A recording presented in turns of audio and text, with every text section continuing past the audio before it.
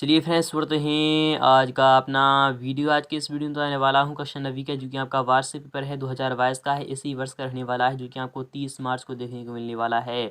जी हाँ फ्रेंड्स, आपको 30 मार्च को यही पेपर आने वाला है आपके एग्जाम में, तो एक बार वीडियो को जरूर ही देख लेना। तो फाइनली सुनते हैं आज का अपना वीडियो। फ्रेंड्स, आप यहाँ पर देख सकते हो कि 100% यही पेपर पूछा जाने वाला है आपके एग्जाम के लिए, और इससे बाहर कुछ भी नहीं आने वाला है। जी हाँ फ्रेंड्स, आप एक बार विश्वास करके देख लीजिएगा, इससे बाहर आपका कुछ भी नहीं आने वाला है।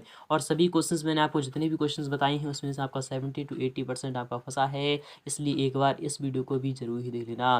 विज्ञान का मैं आपको ओरिजिनल पेपर यानी कि रियल पेपर सॉल्यूशन कराने वाला हूं, जो कि आपको set A, set B, set C, set D और सेट ई और सेट एफ, यानी कि आपको सभी सेट्स को सॉल्यूशन कराने वाला हूँ। यदि आपको टॉप करना है विज्ञान में तो एक बार वीडियो को जरूर ही देख लेना। और प्रश्न क्रमांक इस लेकर 22 तक आपको संपूर्ण प्रश्नों का हल कराने वाला हूँ, तो अंत तक बने रहिए हमारे साथ अंत तक। तो शुरू करते हैं आज का अपना वीडियो।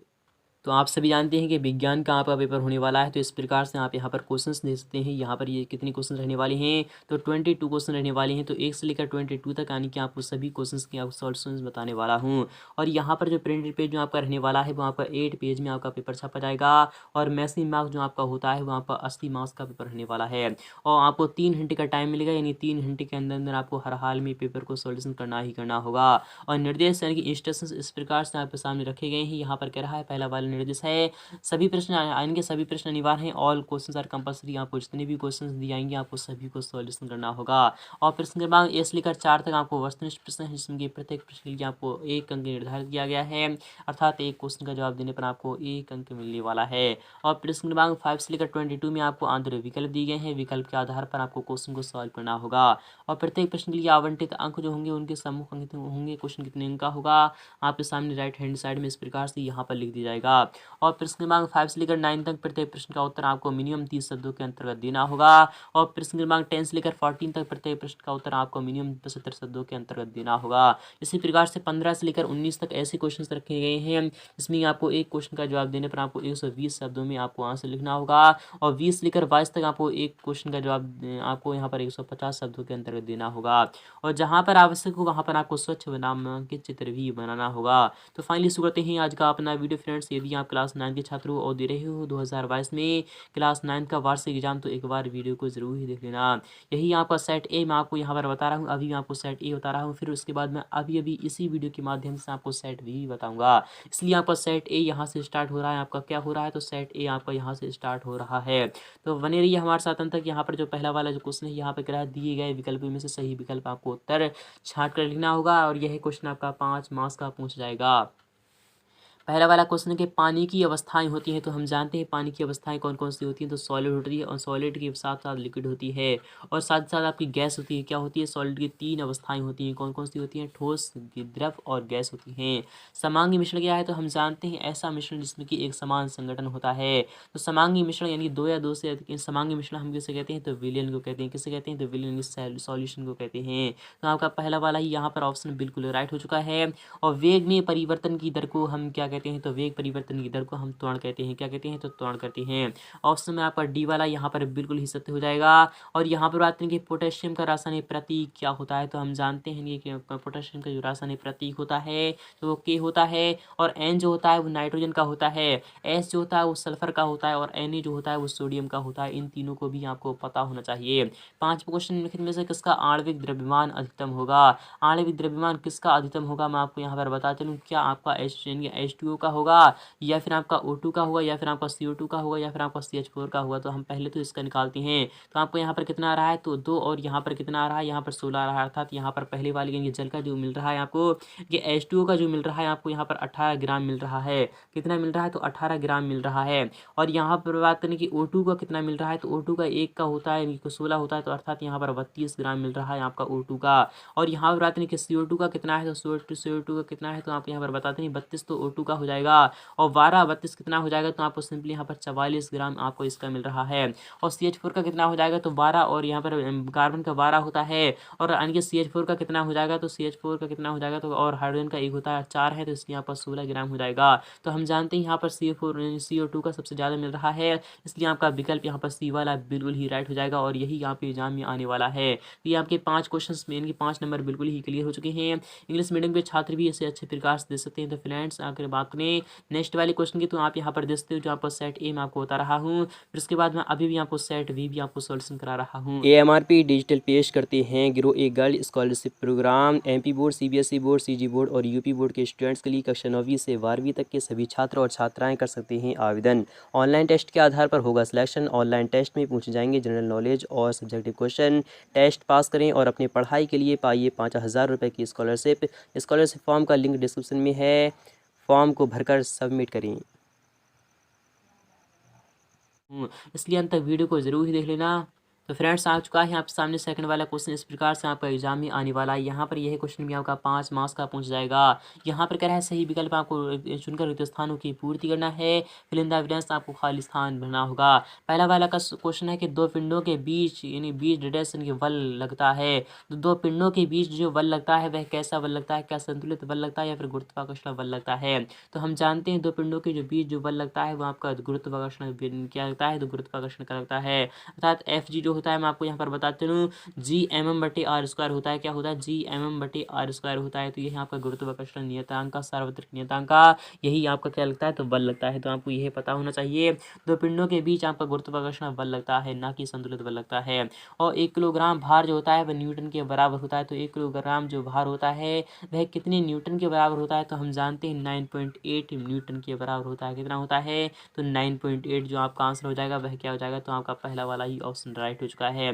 कोशिका का जो पावर हाउस होता है इनकी power house of a cell, तो आपको सिंपली यहाँ पर माइटोकॉन्ड्रिया लगा देना है, क्योंकि माइटोकॉन्ड्रिया को ही हम क्या कहते हैं? तो पावर हाउस ऑफ सेल कहते हैं। तो आपका सिंपली पहला वाला ऑप्शन राइट हो चुका है।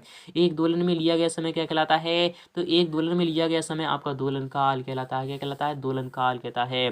पराश्रव्य या फिर ध्वनि पराध्वनि तरंगों की जो आवृत्ति होती है तो 20,000 हर्ट्ज से अधिक होती है। कितनी होती है? 20,000 हर्ट्ज से अधिक होती है, जिसे सुनकर यदि आप मन से सुन लेगा तो है बहरा भी हो सकता है। तो आपका क्या आ जाएगा? तो आपका विकल्प यहाँ पर पहला वाला राइट हो जाएगा। 20 किलो यानी 20 के हर्ट्ज से अधिक होती है, यानी 20,000 हर्ट्ज से अधिक होती है। यही आपका आंसर होने वाला है। इसे इंग्लिश मीडियम के छात्र भी अच्छे प्रकार से दे सकते हैं। यहाँ पर बात करें थर्ड वाले क्वेश्चन की, और यह क्वेश्चन भी आपका 5 मार्क्स का पूछ जाएगा आप एग्जाम में। यहाँ पर क्या है? सही जोड़ी बनाइए, मैच द कॉलम, आपको मिलान करना होगा। इसमें कि पहला वाला क्वेश्चन है कि एड्स क्या है? तो हम जानते हैं एड्स जो है वह आपका एक विषाणु यानी कि एक वायरस से फैलता है। किससे फैलता है? एक वायरस से फैलता है। तो आपको सिंपली यहाँ पर विषाणु पर चले जाएगा। और टीवी क्या है? तो हम जानते हैं टीवी जो है वह आपका क्या है? तो आपको सिंपली यहाँ पर पता होना चाहिए। यहाँ पर बात करें कि त्वचा क्या है? त्वचा का रोग जो होता है वह आपका फंगस यानी कवक के द्वारा फैलता है। गतिज ऊर्जा यानी काइनेटिक एनर्जी का जो फॉर्मूला होता है के इक्वल क्या होता है? तो 1/2 mv² होता है। क्या होता है? के यानी के इक्वल आपका होता है, के इक्वल होता है आपका 1/2 mv² होता है। अर्थात आपको इस पर चले जाएगा। शक्ति का सही मात्रक क्या होता है? तो वॉट होता है। और टीवी जो फैलता है वह आपका बैक्टीरिया के द्वारा फैलता है। तो आपको ये सभी पता होना चाहिए। तो आई होप आपके समझ में ये भी आ चुका होगा। और यहाँ पर बात करें फोर्थ वाले क्वेश्चन की, इस प्रकार से आपका एग्जाम में आने वाला है। और यह क्वेश्चन आपका 5 मार्क्स का पूछ जाएगा। यहाँ पर क्या है? एक शब्द या फिर एक वाक्य में आपको आंसर लिखना होगा। गुरुत्वीय त्वरण जी का सही मात्रक आपको बताना होगा। तो गुरुत्वीय त्वरण जी होती है, जी होता है उसका आपको मात्रक बताना है। तो हम जानते हैं सही मात्रक जो होता है तो मीटर पर सेकंड स्क्वायर होता है। क्या होता है? तो मीटर पर सेकंड स्क्वायर, यही आपका आंसर रहने वाला है। नेक्स्ट बात में 1 किलोवाट घंटे में कितने जूल होते हैं? 1 किलोवाट घंटा जो होता है उसमें कितने जूल होते हैं? तो आपको सिंपली यहाँ पर क्या लगा देना है? 3.6 × 10⁶ जूल होती हैं। 3.6 × 10⁶ जूल होती है। यही आपका आंसर रहने वाला है। क्लोरोफ्लोरोकार्बन का आपको रासायनिक सूत्र लिखना होगा। तो क्लोरोफ्लोरोकार्बन आप यहाँ पर यदि आपको कुछ भी नहीं पता है तो CFC लिख दीजिएगा। यही आपका आंसर है। क्लोरोफ्लोरोकार्बन आपका आंसर हो जाएगा। चंद्रमा की सतह पर तापमान कितना रहता है? तो चंद्रमा की सतह पर तापमान कितना रहता है इसका जवाब आपको कमेंट सेक्शन में लिखना होगा। इसका जवाब आपको नेक्स्ट पार्ट में प्रोवाइड करा दूंगा। ग्रीन हाउस गैस का एक उदाहरण आपको लिखना होगा। तो ग्रीन हाउस गैस का एक उदाहरण आपको लिखना है, जैसे कि आपको मीथेन लिख देना है। क्या लिखना है? तो मीथेन लिखना है। या फिर आप यहाँ पर मैं आपको यहाँ पर जो बता रहा हूँ कार्बन मोनोऑक्साइड लिख दीजिएगा, या फिर कार्बन डाइऑक्साइड लिख दीजिएगा। वही आपका आंसर होने वाला है। और यहाँ पर बात नेक्स्ट वाले क्वेश्चन की, वो इस प्रकार से आपके एग्जाम में पूछ जाएगा। जो 5वां क्वेश्चन होगा वो आपका 2 मार्क्स का पूछ जाएगा, और मिनिमम आपको 30 वर्ष के अंतर्गत आंसर लिखना होगा। तो आपको यहाँ पर बता रहा हूँ, यहाँ पर कह रहा है एक परमाणु को नग्न आंखों द्वारा देखना क्यों संभव नहीं होता है? ये वाई इज इट यहाँ पर क्या है? Is it not possible to see an atom with naked eye? एक परमाणु को सूक्ष्म यानी कि नग्न आँखों द्वारा इसलिए नहीं देखना संभव नहीं होता है क्योंकि परमाणु बहुत ही सूक्ष्म यानी कि अल्पतम जितना आप सोच सकते हो उससे भी कहीं ज़्यादा सूक्ष्म कण होता है। तो क्या होता है, तो परमाणु बहुत ही छोटा कण होता है जिसे आपको नग्न आँखों के द्वारा देखना संभव नहीं है, इसलिए हम इसे सूक्ष्मदर्शी द्वारा देखते हैं। यही आपको आंसर लिखना है। यही क्वेश्चन आपका 2 मार्क्स का था और आपको पूरे के पूरे आपको 30 वर्ड्स के अंतर्गत लिखना होगा।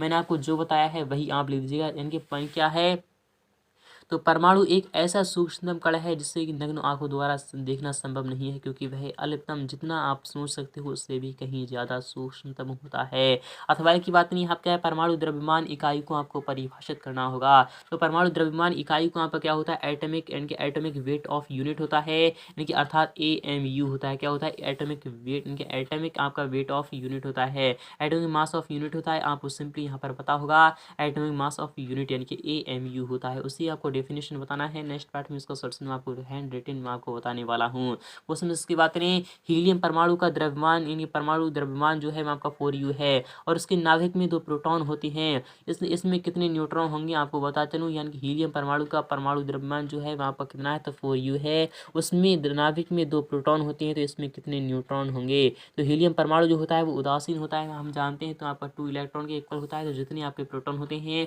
उतने ही इसमें न्यूट्रॉन भी पाए जाते हैं, अर्थात 2 ही न्यूट्रॉन आएंगे। अथवा की बात नहीं, यहाँ पर क्या है, संवहर को परिभाषित करना है। संवहर क्या होता है मैं आपको यहाँ पर बता चलूँ, संवहर के बारे में आपको बताना है। नेक्स्ट पार्ट में इसका भी सॉल्यूशन आपको प्रोवाइड करा दूंगा। रेखित पेशी का आपको नामांकित चित्र बनाना होगा जो कि इस प्रकार से आपका होता है। तो आपको यहाँ पर पता होना चाहिए रेखित पेशी यहाँ पर इस प्रकार से बनता है, इसका सॉल्यूशन आपको प्रोवाइड करा दूंगा। और तंत्रिका कोशिका का अगर नामांकित चित्र की बात है, तंत्रिका कोशिका इस प्रकार से बनती है, तो आपको इस प्रकार से आपका तंत्रिका कोशिका बनती है जिसमें बीच में से आपका सेंटर होता है। इस प्रकार से यहाँ पर बना दीजिएगा, पेड़ की तरह बनती है, आपको बनाना होगा। मोनिरा जगत के 2 मुख्य आपको लक्ष्य बताना है। यह क्वेश्चन आता ही आता है, यह क्वेश्चन आपका वेरी मोस्ट है। मेढक को एम्फीबिया यानी उभयचर वर्ग में क्यों रखा गया है। मेढक को एम्फीबिया यानी उभयचर वर्ग में इसलिए रखा गया है क्योंकि वह धरती पर चल सकता है और वह काफ़ी दिनों तक पानी में भी रह सकता है, यानी जल में भी प्रवास कर सकता है, इसलिए उसे हम एम्फीबिया यानी उभयचर वर्ग में रखते हैं। और यहाँ पर बात करें कि बल क्या है, तो हम जानते हैं बल क्या है। तो बल क्या है, तो बल एक ऐसा गुण है जिसके द्वारा किसी वस्तु पर यदि उसका उपयोग किया जाए तो वस्तु की स्थिति में परिवर्तन आ जाए, उसे हम बल कहते हैं। आप अपनी लैंग्वेज में लिख लीजिएगा, आपको पूरे के पूरे मार्क्स मिलने वाले हैं। और यहाँ पर बात है इसका जो मात्रक होता है, सही मात्रक जो होता है वो आपका न्यूटन होता है, तो आपको सिंपली यहाँ पर पता होना चाहिए। और सरल रेखी गति को आपको परिभाषित करना होगा। जब कोई वस्तु एक सीधी रेखा में गति कर रही है, उस वस्तु की गति को हम सरल रेखी गति कहते हैं, आपको वही लिखना है। और यहाँ पर बात 10वें क्वेश्चन की, किसी पदार्थ की अवस्था परिवर्तन के दौरान तापमान स्थिर क्यों रहता है। तापमान स्थिर इसलिए रहता है क्योंकि वह आपकी क्या स्टेट चेंज करती है, तो आपको इस प्रकार से लिखना है। नेक्स्ट पार्ट में इसका भी सॉल्यूशन प्रोवाइड करा दूंगा।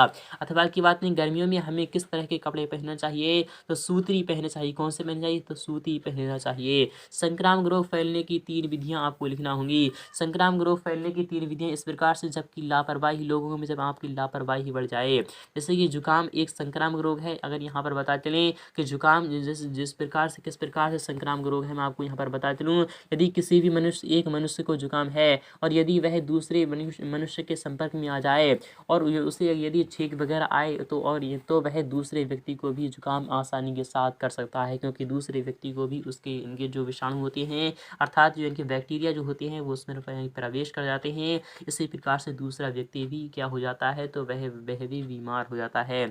इस प्रकार से आप यहाँ पर समझ सकते हो कि यहाँ पर बात नहीं, इसका निवारण क्या हो जाता है। जैसे कि जब यदि आपको छींक आए या फिर आपको रुमाल का उपयोग करना होगा। अथवा की बात नहीं, यहाँ पर क्या है, प्रतिरक्षीकरण क्या होता है आपको समझाना होगा। ये what is immunisation, explain it, आपको एक्सप्लेन करना होगा। ध्वनि की तरंगों की यांत्रिक तरंगे क्यों कहते हैं, आपको बताना होगा। ध्वनि तरंगे जो होती हैं वो यांत्रिक तरंगे के रूप में प्रवाहित करती हैं, क्या करती हैं, तो बहती हैं। यह क्वेश्चन आपका 3 मार्क्स का है। सोनार के कोई 3 उपयोग लिखना होंगे आपको। तो सोनार का मैं आपको एक उपयोग बता रहा हूँ, बाकी के 2 उपयोग आप यहाँ पर लिख लीजिएगा। तो सोनार का उपयोग हम किस में करते हैं, तो सोनार का उपयोग करते हैं समुद्र में, जब समुद्री जहाज जब डूबता है या फिर समुद्र में किसी भी चीज़ का पता लगाने के लिए हम सोनार का उपयोग करते हैं।